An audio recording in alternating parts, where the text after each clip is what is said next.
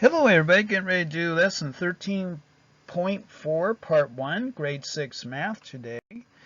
And for today's lesson 13.4 area of polygons, you got 34 points on your classwork sheet and you have 1 point in your notebook. Students, put your name, date, period here, and then due date here for onliners and homeschoolers.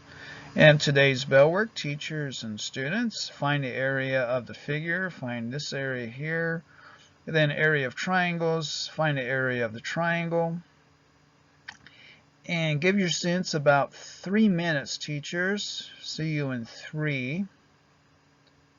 Okay, welcome back everybody for the answers of today's bell work. And students, up here you have a quadrilateral here, and you got 2 dimensions here. So what would be the area of this quadrilateral? It would be 215 square yards for this. Base times height, right, of this quadrilateral. And then down here, area of triangles, find the area of the triangle. And you know the formula for the area of a triangle, right? 1/2 base times height. That comes out to 119 square feet for the area of this triangle here. Moving on into today's lesson, essential question, your notebook entry here. How can you find the area of a polygon by breaking it into simpler shapes? That'll be an explore activity, and as well as finding areas using tangrams. So we're going to tangrams as well. And a tangram is a square that is divided into smaller shapes. So this is a tangram here. The area of the small square is 1 square unit. So the small square here is 1 square unit. This is our small square right here, 1 square unit. Use a tangram to find the area of each of the other tangram pieces. So to do that, A, place one large triangle on top of the other large triangle. What is true about these 2 triangles? So when you do that, they are the same size is what you find out. So this would be the one large triangle here. Place one large triangle on top of the other large triangle. I guess this would be a large triangle here, and then this would be a large triangle here. They are the same size, you find that out. So 2 and then 2. These 2 triangles here would be the same size. So now we know this the area of 3 different not the area, but we know these 2 are congruent, and then we know that this is 1 square unit. Okay, so we know something now about this tangram. So these are the same. What does this mean about the areas of these 2 triangles? So the areas are equal. If these 2 are congruent, then the areas are equal. Place the 2 small triangles. So see, what do we got? We got a triangle here. We got 2 small triangles. So that'd be this one and then this one. Place the 2 small triangles on top of the square. So when you do that, what is the area of each small triangle? So it's 1/2 square unit. Well, you can place these 2 triangles on top of this square, and you find out that these 2 are 1/2 the area of this square. So that each one of them are 1/2 square. So we know this is 1/2 and that is 1/2. Write this area on the diagram.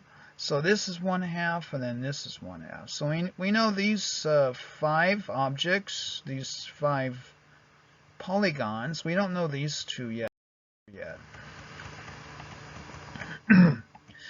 Okay, arrange the square in one of the small triangles as shown. So arrange the square in one of the small triangles as shown. So when you do that, when you cut that out, and then you put it beside the square, What is the combined area of these two now?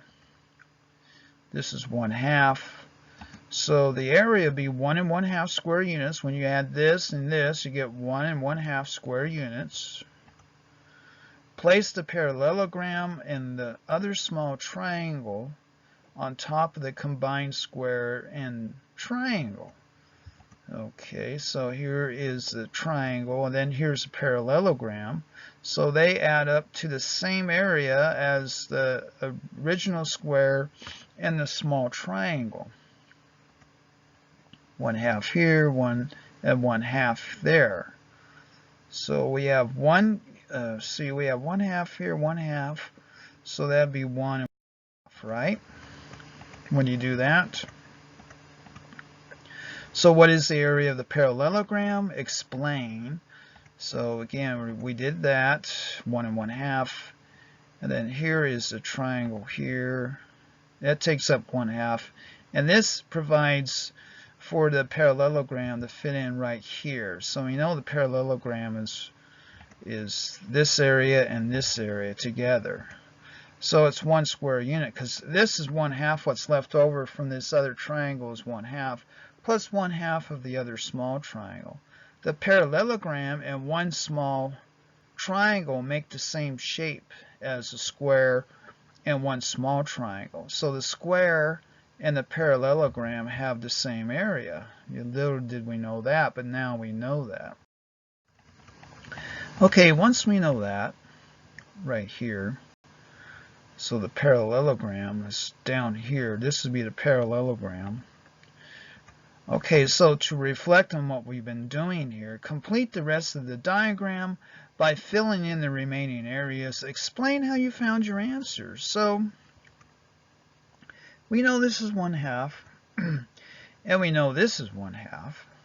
Here's our parallelogram, which we know now is 1. And then this triangle over here we know is 1 as well.